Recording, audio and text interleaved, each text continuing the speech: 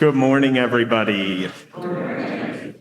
My name is Justin Wilson. I use he, him pronouns, and it is my pleasure to welcome you to this service at the First Universalist Church of Rochester. If you are here for the first time this morning, we especially welcome you and thank you for making it to our worshiping community.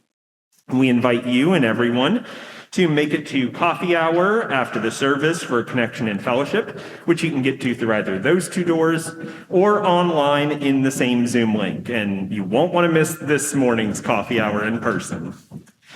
There is a visitor's form also on the back of your order of service or by clicking the link in the chat. We ask you to fill this out so that we can get to know you better, offer you a welcome beyond what we can this morning, and so you can stay up to date as to what's happening here at the church. Just a reminder, if you have a big joy or sorrow in your heart, to please write it in the notebook here on the chancel or in the Zoom chat anytime before the chalice is lit. So now is a good time to do that. Two quick announcements.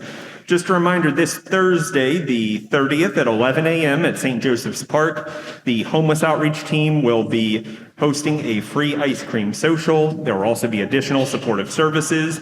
So if you're interested in volunteering and being part of that, see Elizabeth Osta or Bill Shubmel right there in the doorway. Also, the book club is just 1 month away. We're going to be reviewing and reading Last Night at the Telegraph Club by Melinda Lowe. It is a YA fiction book, so older youth are also welcome to join us. And it's one of the most banned books in America, so read it and come join us to find out why. All right, before we take a moment to turn towards our neighbor, we're working on the camera, so if you're online, pop a greeting into the chat. We've got a camera, there we go. So let's say hello to our online community by waving towards the camera, which is not moving, but working. Oh, there we go. All right. Thank you for joining us online as we continue to work out these little tech issues. Thanks to our tech team, as always, for being on it. All right, and for those of us here in person, let's say hello to our neighbor this morning.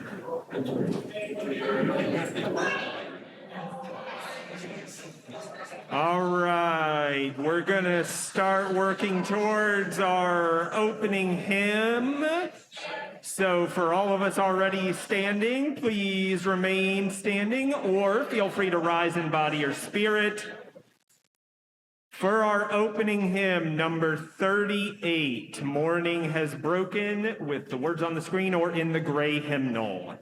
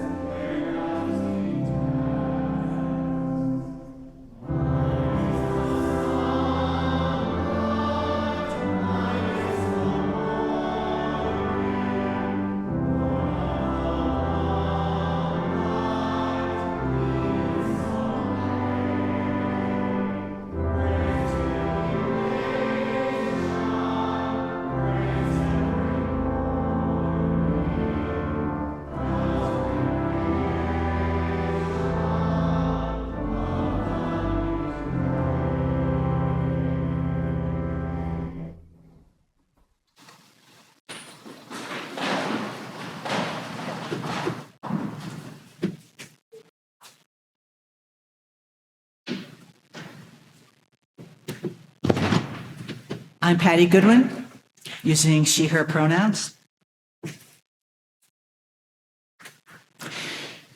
Who has had this happen? It is 2 or 3 or 4 a.m. and I am staring at the ceiling fan in my bedroom. I am tired, but my mind will not turn off. It is running faster than my feet ever could. What is playing in my head? Sometimes it is things that have happened a long time ago or yesterday. All the parts play as they happened or as my mind wants to rearrange them. Sometimes it is events that haven't happened yet. My mind isn't playing all the possible ways things could happen. My mind is playing all the possible ways things could happen. And the emotions that rise to the surface.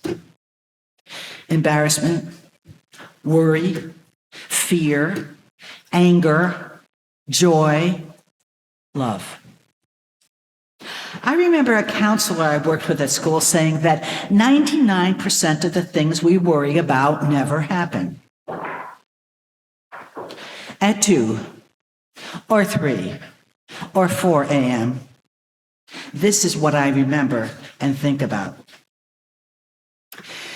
Susan Jeffers said, "Once you surrender to the fact that you are unable to control uncertainty, you will, at last, be able to breathe a sigh of relief."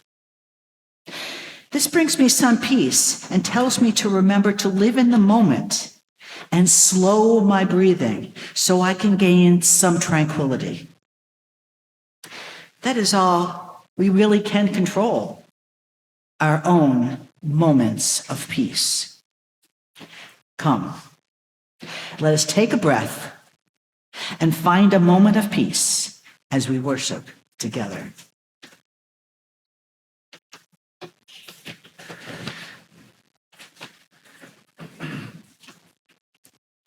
As Marianne Z. comes forward to light our chalice at First Universalist, and you light a chalice in your own homes, please join me in our chalice lighting words, spoken in unison. May we be a people of welcome, here to grow in heart and mind and spirits, and may we reach out to serve our community. Please rise in body or in spirit for our affirmation of faith. Love is the doctrine of this church. The quest for truth is its sacrament, and service is its prayer. To dwell together in peace, to seek knowledge and freedom, to serve humanity in fellowship, to the end that all souls shall grow into harmony with the source and meaning of life, thus to be covenant with each other and with all. I invite you now into the spiritual practice of generosity. Recover Always, RAW, is this month's recipient of our social justice plate donation. RAW is a peer-led, community-centered organization rooted in dignity, harm reduction, and real support. Based here in Rochester, New York, they support people impacted by substance use, mental health challenges, homelessness, and the many barriers that come with trying to survive in systems that were not built with anyone in mind. Please give generously to assist this vital effort in our community. Thank you for your support. For more information, go to www.recoveralways.org. Let us give with grateful hearts this morning. Please place your offering in the offering basket or give online by scanning the QR code on the laminated sheet in your pew. This is also a great time to place visitors' forms in the offering basket. For folks online, please click the link in the chat to give to First Universalist Church. Thank you for your generosity. This morning's offering will now be gratefully received.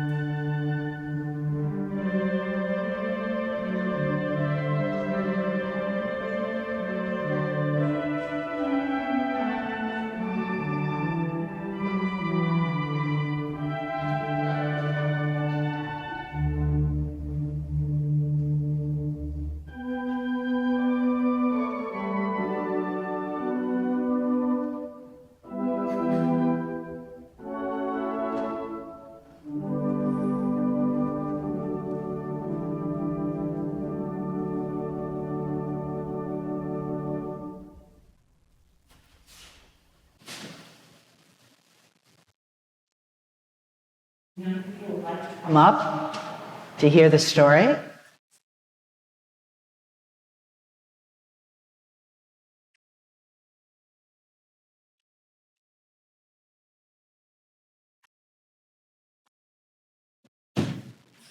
It's coming.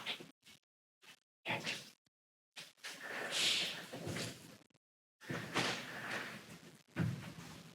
Okay, move it this way more.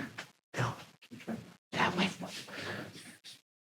Yeah, because I got to get around to the other side. Perfect. All right. Thank you.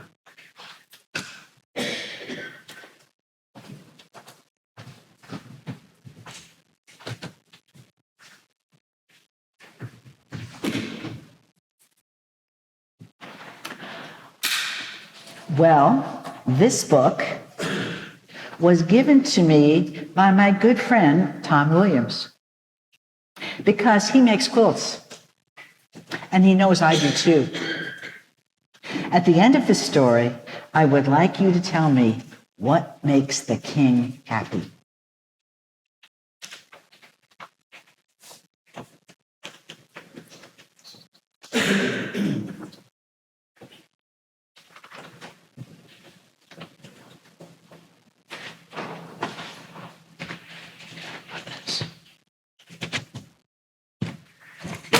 Well, Krish.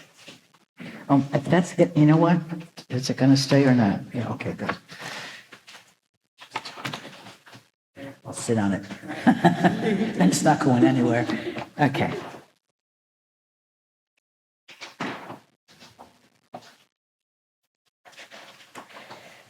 There was once a quilt maker who kept a house in the blue misty mountains up high.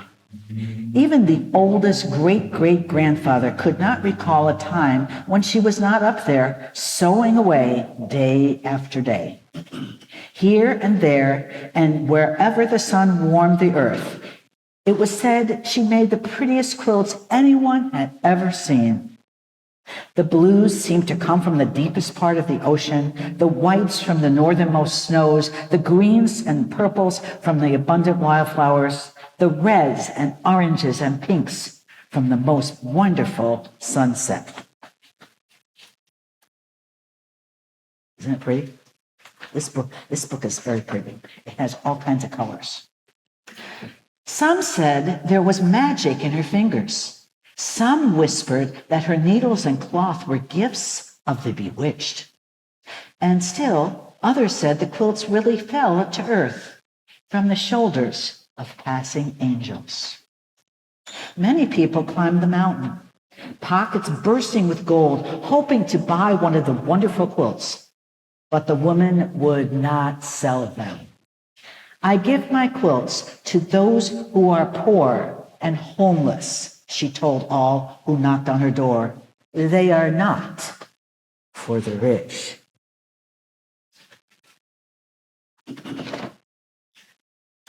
On the darkest and coldest nights, the woman would make her way down the mountain to the town below. There, she would wander the cobblestone streets until she came upon someone sleeping outside in the chill.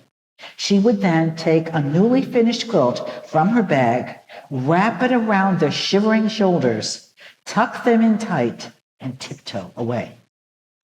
Then the very next morning, with a steaming cup of blackberry tea, she would begin a new quilt.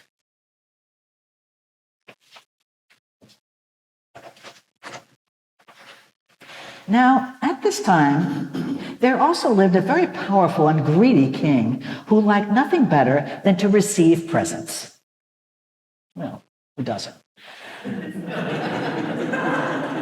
The hundreds of thousands of beautiful gifts he got for Christmas and his birthday were never enough. So a law was passed that the king would celebrate his birthday twice a year. You know what that means? Twice the presents.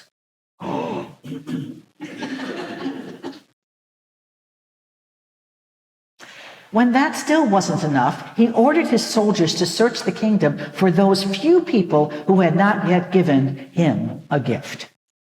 Over the years, the king had come to own almost all of the prettiest things in the world. Throughout the castle, from top to bottom, in drawers and on shelves, in boxes and trunks, and closets and sacks, all of the king's countless things were stashed. That's a lot. Things that shimmered and glittered and glowed, things whimsical and practical, things mysterious and magical. So many, many things that the king kept a list on all of the lists of things he owned. That's a lot. Lists and lists. And yet, with all these marvelous treasures to enjoy, the king never smiled. He was not happy at all. Somewhere there must be one beautiful thing that will finally make me happy, he was often heard to say, and I will have it. One day, a soldier rushed into the palace with news about a magical quilt maker who lived in the mountains. The king stamped his foot. And how is it that this person has never given me one of her quilts as a gift? He demanded. She only makes them for the poor, Your Majesty, the soldier replied, and she will not sell them for any amount of money. Well, we shall see about that, the king roared. Bring me a horse and 1,000 soldiers. And they set out in search of the quilt maker. But when they arrived at her house, the quilt maker merely laughed. My quilts are for the poor and needy, and I can easily see that you are neither. I want one of those quilts, the king demanded. It may be the one thing that will finally make me happy.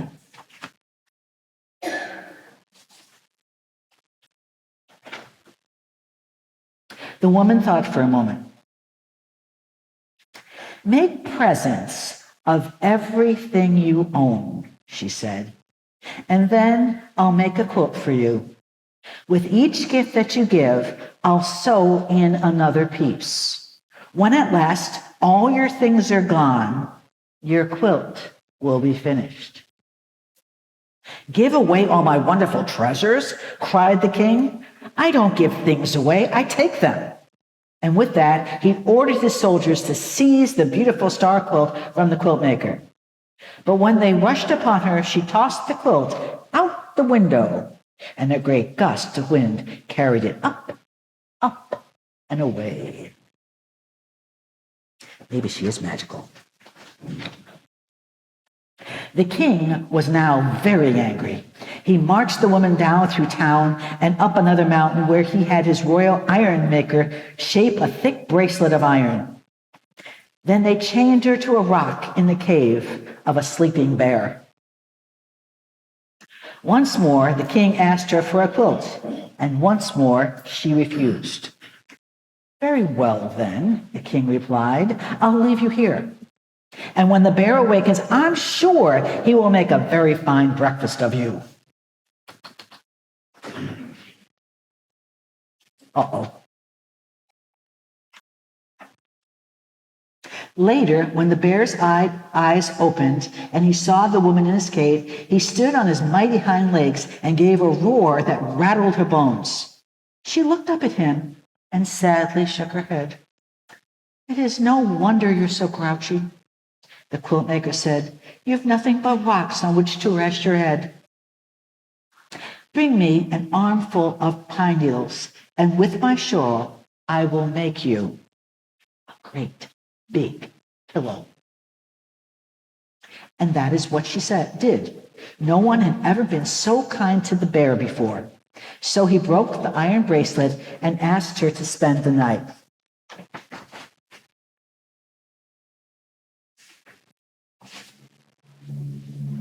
Now, although the king was very good at being greedy, he was very bad at being mean. All that night, he could not sleep for thinking about the poor woman in the cave. Oh my, what have I done, he wailed.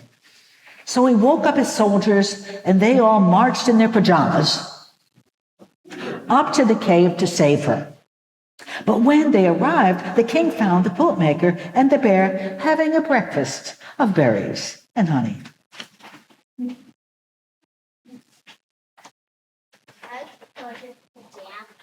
You like the pajamas, I don't blame you. That's pretty cool. Now the king completely forgot about feeling sorry and became angry all over again. He ordered the royal island makers to build an island barely big enough for the woman to stand on her tiptoes. Once again, the king asked her for a quilt, and once again, she said no. Very well, the king replied. Tonight, when you're too tired to stand and lie down to sleep, you'll drown. And the king left her alone on the tiny island. Shortly after he left, the quilt maker saw a sparrow flying across the great lake. A cold, fierce wind was blowing, and it did not look like the poor little bird would make it to shore. The quilt maker called to him, and he stopped to rest on her shoulder. The poor, tired sparrow was shivering, so the woman quickly made him a coat with scraps of her purple vest. When he was warmed and the wind had stopped, the bird flew off. But he was very grateful to the quilt maker for what she had done. Soon the sky darkened as the air filled with a huge cloud of sparrows. Thousands of wings beating together, they swooped down, lifted the woman in their little beaks, and carried her safely to shore. Isn't that funny? Again that night, the king could not sleep for thinking about the woman alone on the island. oh my, what have I done? He moaned. So he woke up his sleeping soldiers again, and they marched in their pajamas down to the lake to set the woman free. But when they arrived, she was standing on a tree limb. She was sitting on a tree limb, sewing tiny purple coats for all the sparrows. I give up, the king shouted. What must I do for you to give me a quilt? See, look at them. Look at, oh, they got little coats.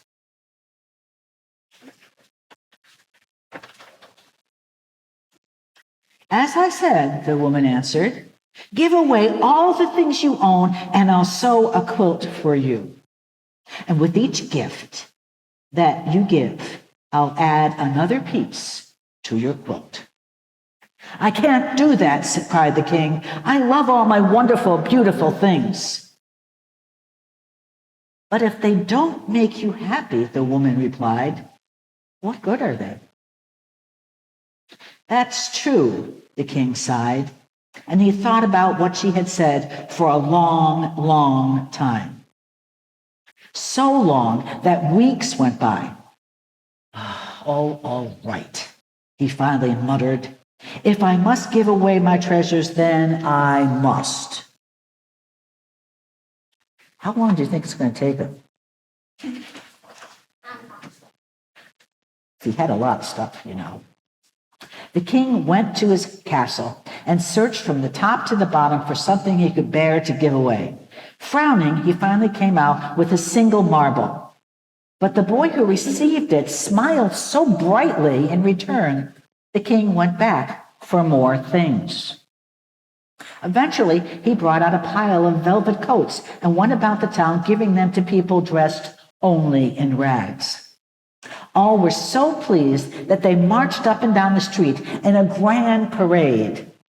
Still, the king did not smile.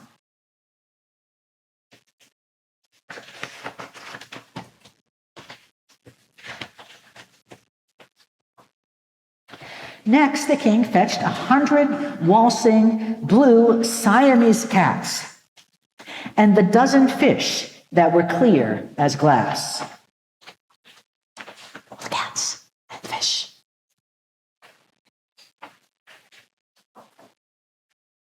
Then the king ordered his merry-go-round with real horses to be brought out. Children cried with delight and cartwheeled around him. And just the smallest of smiles began to show on the king's face.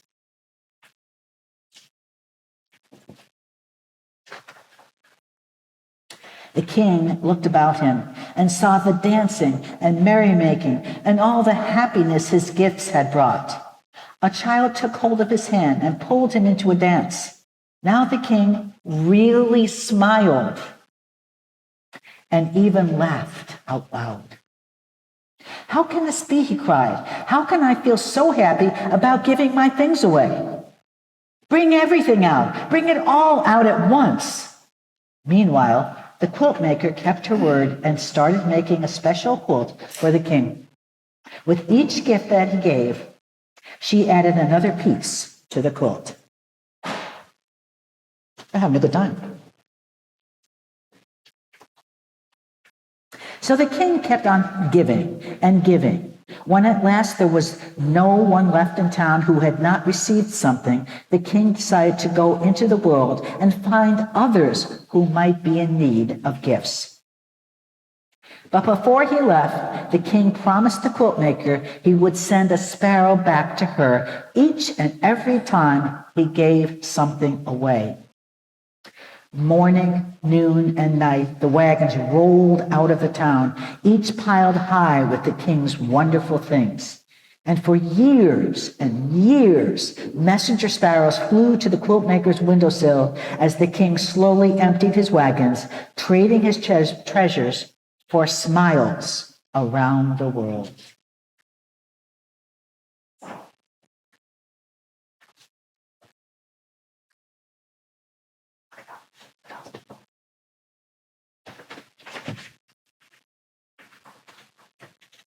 On and on the quilt maker worked, and piece by piece the king's quilt grew more and more beautiful. Finally, one day, a weary sparrow flew into her window and perched on her needle.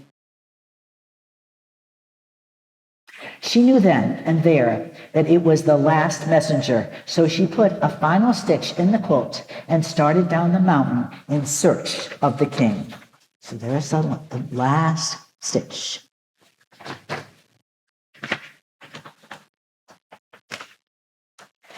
After a long search, she finally found him.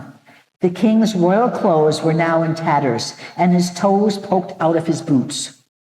Yet his eyes glittered with joy, and his laugh was wonderful and thunderous. The quilt maker unfolded the king's quilt from her bag. It was so beautiful that hummingbirds and butterflies fluttered about. Standing on tiptoe, she tenderly wrapped it around him. "What's this?" cried the king. "As I promised you long ago," the woman said, "when the day came that you yourself were poor, only then would I give you a quilt." The king's great sunny laugh made green apples fall and flowers turn his way. "But I am not poor," he said. "I may look poor, but in truth, my heart is full of bursting, filled with memories of all the happiness I've given and received. I'm the richest man I know." "Nevertheless," the quilt maker said, "I made this quilt just for you." See it? It's pretty, isn't it? Yeah. "Thank you," replied the king. "I'll take it, but only if you'll accept a gift from me. There is one last treasure I have left to give away. All these years, I've saved it just for you." And from the rickety, rundown wagon, the king brought out his throne. "It's really quite comfortable," the king said, "and just the thing for long days of sewing." From that day on, the king often came to the quilt maker's house in the clouds. By day, the quilt maker sewed the beautiful quilts she would not sell, and at night, the king took them down to the town. There he searched out the poor, the downhearted, never happier than when he was giving something away. Now, what do you think of that? That's nice. So, what made the king happy? He gave away all of his stuff, and he got a big quilt.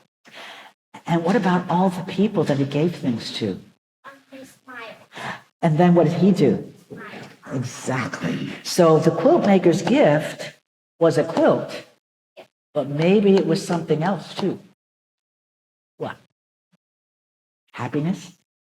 Smiles? Cool. So now we're going to sing our doxology, and you're going to go off and have fun upstairs.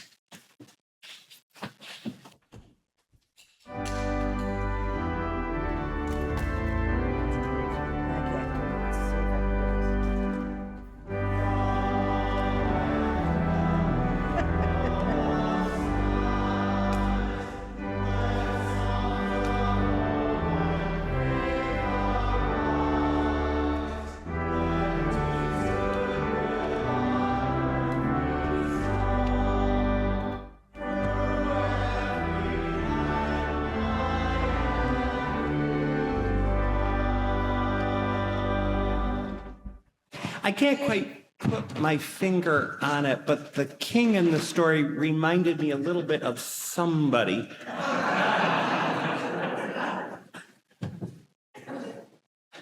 I'll let you reflect on that.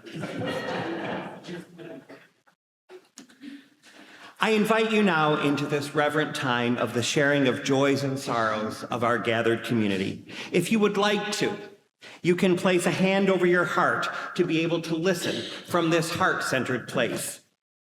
We know so very much is going on in our world today, and if you have sorrows or joys on behalf of our national and global community, you are truly encouraged to do so today and in the future. As Patty Goodwin places stones into a bowl, I will read aloud the joys and sorrows of our gathered community. And we have quite a few this morning.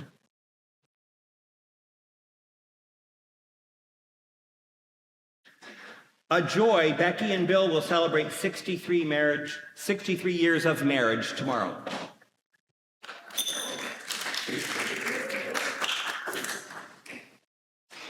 And while we're on that note, Kelly and Michael Scott celebrated their 45th anniversary this past week. A joy from Catherine. My cousin had a kidney transplant on Friday. So far, so good. No more dialysis. From Zeppelin Asaro, struggling with my mother's declining health and coming to terms with her mortality. A joy from Eileen Fernandez, happy to have successfully moved. A sorrow from Bridget Watts, so much war and destruction in the world. A joy from Nancy Gady. I had a wonderful week, a visit with Tracy and the grandkids and coffee with Jesse Bowen. Also, time with much of Carl's family. A joy from John Lukes. We saw Elizabeth Osta and Dave at yesterday's screening of the documentary on poet Mary Oliver. Wow. It'll be on PBS Masters in August. And for many folks online, a joy seeing Karen Labreco visiting from Georgia today. A joy from Jay Joslin, 7 years this week since I lost my brain tumor, affectionately named Boris.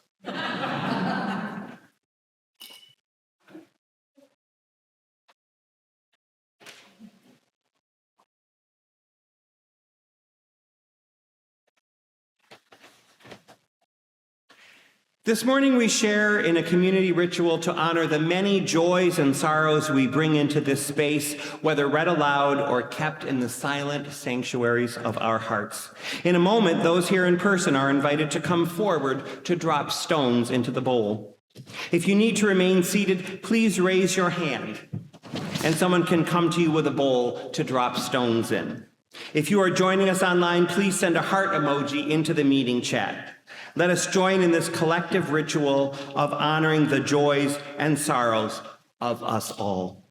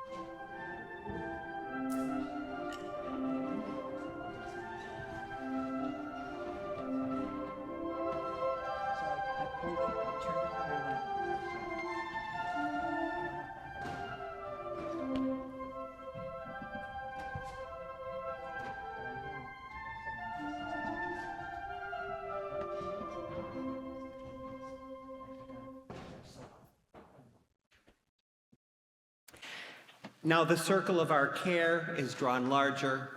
May it increase forevermore. I invite you now to join with me in a spirit of prayer and meditation.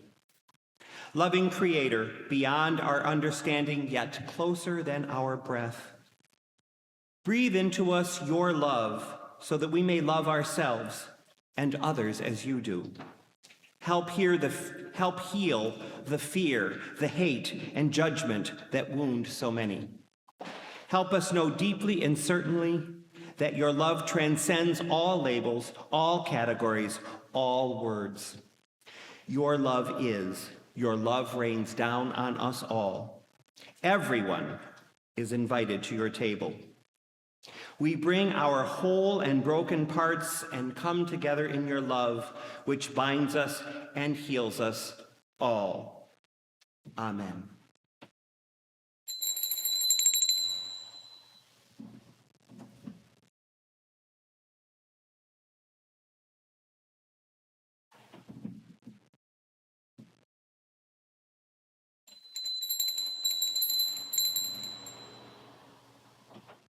Amen. Blessed be. May it be so. I invite everyone now to join in the hymn of contemplation, number 123, Spirit of Life.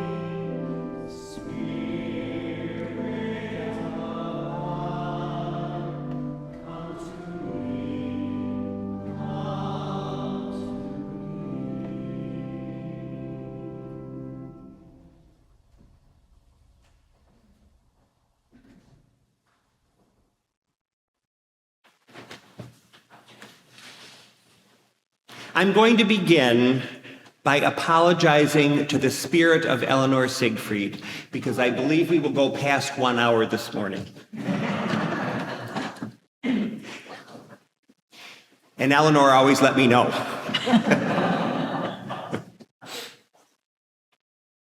When my partner Michael was a child, they somehow decided, I don't know if this was an actual diagnosis or they just decided it, that he was hyperactive. And at that time, the recommendation was that hyperactive children be denied sugar. So while everyone else in the family got to enjoy sweets on a regular basis, Michael was never allowed to have any. Now, at the risk of criticizing my in-laws, I'm going to criticize my in-laws. Michael had 2 younger brothers, and every Sunday after church, the family would go to Mr. Donut, and they would get a dozen peanut butter cream donuts. But because he was supposedly hyperactive, Michael was not allowed to have one, and he wasn't offered anything as a substitute either. He was simply forced to sit there while everyone else had donuts, and he was not allowed to have anything. So again, I can't see any valid reason for this particular parenting choice, but in their highly questionable and frankly suspicious judgment, his parents decided that this was a good thing to do every single Sunday. So we can all easily imagine the effect that this has on a child. In addition to the obvious fact that he had to sit there and watch everyone else have treats that he was denied, not because he had done anything wrong, but simply because his parents had made some arbitrary judgment about his health, there was the obvious cruelty inherent in this whole situation. Again, far be it from me to criticize my in-laws. But I don't understand the purpose of doing something so blatantly unfair and cruel on a weekly basis. To his credit, Michael has always said that experiences like this have made him a stronger and more resilient person. And I think it takes great strength of character to have endured this situation, and by the way, many other similar ones, and come out of it with this kind of an attitude. It's one of the things that I admire about him most. Now, not surprisingly, these childhood experiences also contributed to the development of his rebellious side. He is much more rebellious and willing to challenge the status quo than I am. And I actually do benefit at times from this quality because he's more willing to go to battle sometimes on our behalf than I am. So in this spirit of rebelliousness, when he was about 13 and had some autonomy and his own money, one day he rode his bicycle to Mr. Donut and bought himself a dozen peanut butter cream donuts. He then rode his bicycle to the bunny trail, which was near his house, and he began to eat the whole box. He was able to eat 11 of them before he had to stop. He threw the 12th one in the creek because he knew that if he tried to save it and take it home for later, he would get in trouble and be punished for having bought donuts. He got an insight from this experience that's actually become something that we use often in our discussions. So as I told you, he was able to eat 11 of the donuts before he was absolutely gorged on them and didn't want them anymore. But the insight that he got, even at that young age, was more philosophical than physiological. He realized from that experience that we often have to gorge ourselves and reach a saturation point with certain things before we have closure and are able to move on. He never bought a dozen donuts and ate them all in one sitting again. He never felt the need to. He had had the experience of having access to an unlimited amount of something that he had always been denied, filling up on it until he just couldn't take it anymore, and feeling done with that experience afterwards. As an adult, this became a philosophy for him, which he always calls the dozen donut scenario. And in this context, it means that there are times when we emotionally have to process something over and over and over and over again until we are done with it. I first heard this expression from him shortly after we met.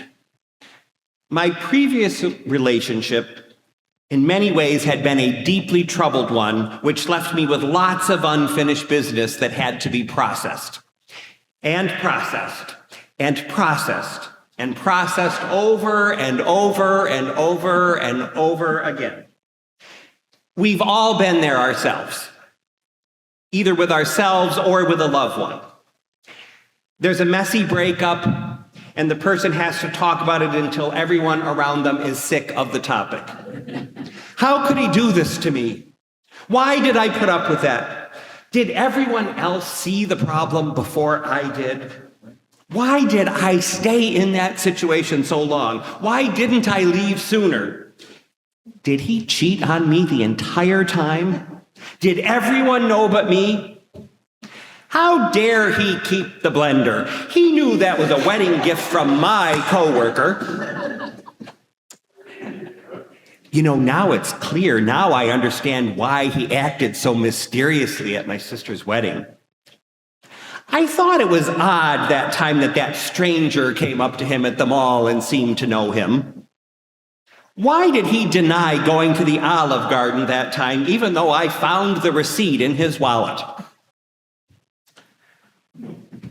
And that's the phase that I was in when Michael and I met. My former partner and I had only been apart for about a year, And I was still in that phase. In retrospect, Michael probably should have told me that I was not ready to start a new relationship until I was done constantly processing the old one. But night after night, when we were chatting, the conversation would come around to my former relationship, and I would do all of the processing that we do after breakups. All of the questions, all of the frustrations, all of the disappointments, all of the self-doubt, all of the fear and anxiety, all of it would come out.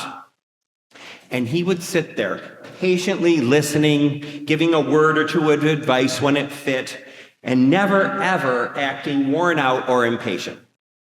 He seemed to have infinite energy for listening to all of this stuff that I needed to process. One night, though, after a particularly long session of this, I realized just how much of our time together I was monopolizing with this processing, and I apologized and said that I would stop doing it. No worries, he told me. I don't mind. It's the dozen donut scenario. There are times in life when you just have to process things over and over and over again before you are able to have closure and move on. And from that point on, yes, I was more mindful about how we talked about it, and I did try to limit myself more, but I also began to understand the wisdom of what he was telling me. So this probably went on for 18 months or 2 years of our relationship. And then one night we were sitting on the porch after dinner, and Michael brought up something from my former relationship that we had been processing. And I felt impatience and aversion. Like Michael felt after the 11 donuts, I suddenly felt done. I felt talked out on the subject, processed to death. I couldn't think about it anymore. I couldn't dwell on it anymore. I couldn't discuss it anymore. I was talked out, thought out, felt out, worn out. I had examined the failure of that relationship from every possible angle, in fact, over and over again. I had processed it over and over and over, every indignity that I had suffered. I had exhausted every what if. I had talked over and over again about all of the painful details. I had retold all of the stories, relived all of the sleepless nights, rehashed every grievance, pursued every possible speculation. I had cried, I had gotten angry, I had gotten indignant, and I had also, by the way, engaged in the healthy amount of mocking that we all need to do of our exes. It was played out. It was all played out. I had eaten all 11 donuts, and I had had to throw the 12th one away. I just didn't have an appetite for it anymore. I was done, finished. I had used up every ounce of energy that I had for this topic. I couldn't spend one more evening rehashing it. I literally couldn't. It was as if I had eaten 11 peanut butter cream donuts, and I just could not swallow the 12th one. In fact, I couldn't even bear to bring it to my lips. Just the thought of that 12th donut made me nauseous. I needed something new to think about, to talk about, to spend my psychic energy on. I was finally ready to move forward, not because I had gained some great epiphany or found some new spin on this by now way overly familiar story. It was just that I was done. I had finished processing. I wasn't interested in doing any more with the topic. It wasn't meeting a need for me anymore. And yet, it obviously had met a need for a long time, an important need. Perhaps even a vital need. What I learned from this process was the wisdom of the dozen donut scenario. Sometimes something is so big, so devastating, so life-changing that it takes a long, long time to come to terms with it. Things that so drastically alter our realities, our thoughts and emotions, that our thoughts and emotions and our souls need time to catch up. We need time and space to absorb the enormity of them. We need to keep testing reality to confirm that what happened really did actually happen. We need to keep reminding ourselves that we really did experience what our brain is telling us we experienced.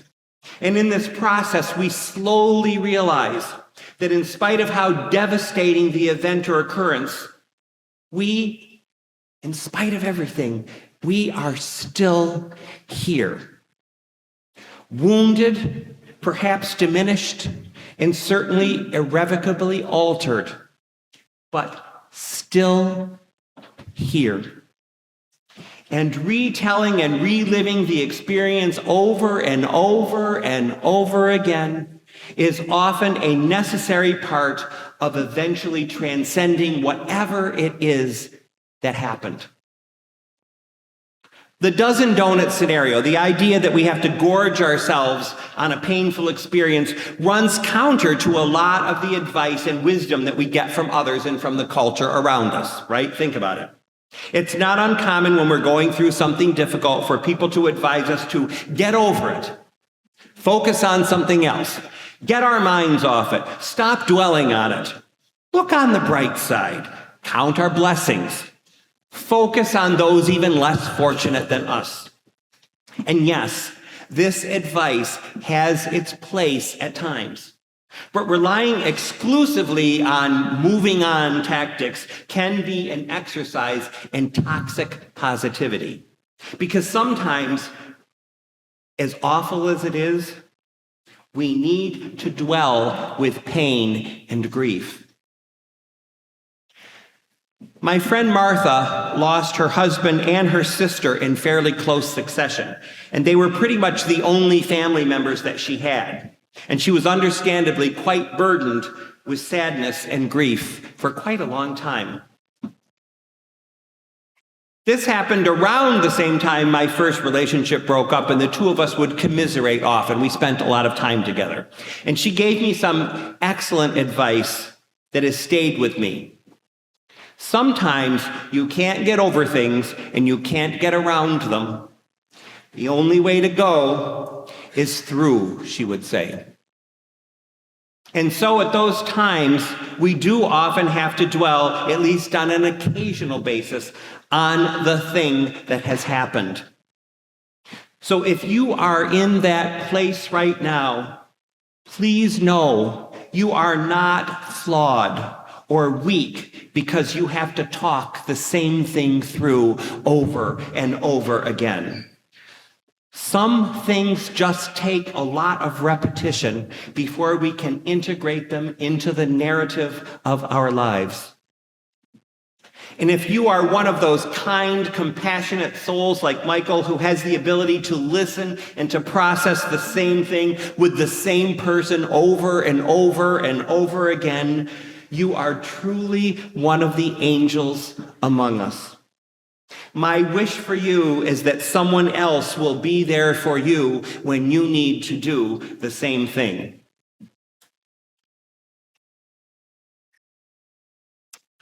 As I've said many times over the years that I've been doing this, I have learned to anticipate some of the dissenting comments that I might hear after the service. So let me add this. There are certainly times when people can become stuck in grief or anger or sadness, and at that time, it's advisable for them to find a way to move past it. And to an extent, that is up to each and every one of us to make that judgment call for ourselves. Only we know when we have reached that point. But trust your gut and trust your judgment on it.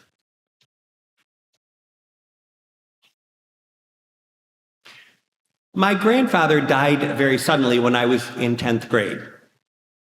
He had enjoyed exceptionally good health his entire life. A habit that he held on to from a bygone era. I don't know if anyone else remembers people doing this, but every winter when fall came, he would drain the oil out of the car and he would put it in the barn for the winter and not drive at all. And at age 75, he could still walk to the grocery store in a snowstorm and drag an entire week's groceries home on a sled. My grandmother, on the other hand, had frail health from her late 40s on, and even though my grandfather was 7 years older than her, the understanding between them was always that she was going to die first. He even had $5,000 hidden in a peanut butter jar in the attic that he was saving to pay for her funeral. He had life insurance to cover his, but he was worried about paying for hers. So when he had a massive stroke on a Wednesday morning and died Thursday at noon, it was too much for my grandmother to absorb. He died on January 3rd, and it was a very cold and snowy winter. And due to all of her health problems, my grandmother didn't get out much. So almost every night for several months after he died, I would go over and visit with her for a while. And every single night, she would tell me the story of the morning that he had his stroke. She came downstairs and he was sitting in the living room, and he said to her, "Go on out in the kitchen, your breakfast is all ready." That was their normal morning ritual. He would get up first, and he would always have her breakfast ready for her when she got up. Well, she went out into the kitchen on this particular morning, and nothing was made. And this was the one point, I found this is the one point in the story where it had two versions. Some nights when she told the story, she would tell me that she went back in the living room and said to him, "I thought you said my breakfast was all ready." But other nights she would say, "I didn't want to say anything to him, so I just went ahead and made my breakfast myself." Maybe she couldn't even remember which it had been. When breakfast was over, he had wanted to go to the bank to cash his Social Security check, but she didn't think he was acting right, so she suggested that they wait until the afternoon to go to the bank. And right after that, he took off his glasses and he said to her, "Josephine, I can't see you." She got up from her chair and she went over and she told him that she was going to call my mother. But at that point, he grabbed a hold of her hand really hard and said, "No, I don't want nobody but you." And so she sat next to him until he finally released the grip on her arm. And the story went on from there with all the details of my mother arriving, and then the ambulance being called, and what the doctor said when they got to the emergency room, how she went into the room at the hospital and he was sleeping so soundly that she thought he must have been given a sedative, even though no one had given him anything, and how shocked she was when the nurse came out to the waiting room and said to her, "I'm sorry, Mr. Hayes has expired." Night after night, week after week, stretching month after month, she would tell me the same story over and over and over again, with all of the same details, all of the same digressions, all of the same inflections, all of the same emotional affects, as if it had just happened an hour before and she was telling the story to someone who had never heard it. Even after 47 years, I can hear that story in my head. I can hear her voice, and I almost feel as if I am channeling her as I tell it now. But the enormity of what happened to her and the impact that it had on her life required treading the same ground with the same meticulous repetition that she would have engaged in if she were retracing her steps to find her marriage license the night before her wedding, or a lost passport the night before a journey, or the way Uncle Billy and George Bailey searched the streets of Bedford Falls over and over again when Uncle Billy misplaced that $800. And only after she had gone on the journey and ended up in the same place enough times, when every other possibility had been thoroughly exhausted, only then did it start to become real, a true fact, her reality. The man who was supposed to bury her with the money that he had saved in the peanut butter jar had gone and done the unthinkable, and he had gone on ahead without her. My stories this morning are familiar to every single one of us who have lived and loved and lost. They are universal representations of the human experience. We have all been blindsided at some point by something so enormous, so incomprehensible, that we have to relive it thousands and thousands of times before we can finally integrate it. But no matter how difficult or how devastating the event might be, like the dozen donuts that Michael ate all of those years ago on the Bunny Trail in Loyalsock, Pennsylvania, we eventually reach a saturation point where we have cried as much as we can cry, bargained as much as we can bargain, and processed as much as we can possibly process. If you are in that place this morning, know that what you are experiencing is natural and normal and inevitable. You are not weak or broken because you can't instantly get past something. And if you are the one listening night after night after night to the same story as I did with my grandmother all those years ago, know that you are bearing invaluable witness to life's suffering, and you are showing more kindness and compassion than you can ever imagine.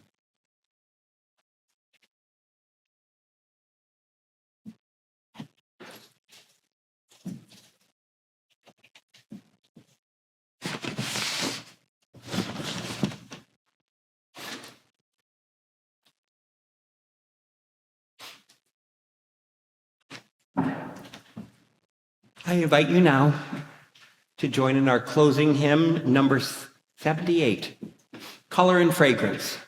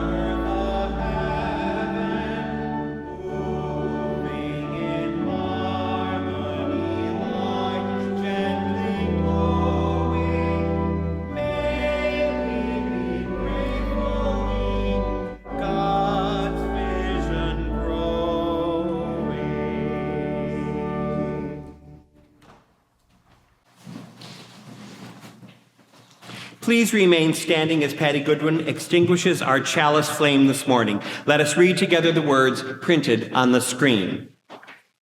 We extinguish this flame, but we keep its light in our hearts with its message of love and justice, taking it outside these worlds to the world we live in until we are together again. As we close the service this morning, I invite you to place a hand over your heart. If you are joining us online, I invite you to turn your settings to gallery view and look upon the faces of those who are here with you. For those of us in this room, take a moment to look around at those beautiful souls who are here with you today.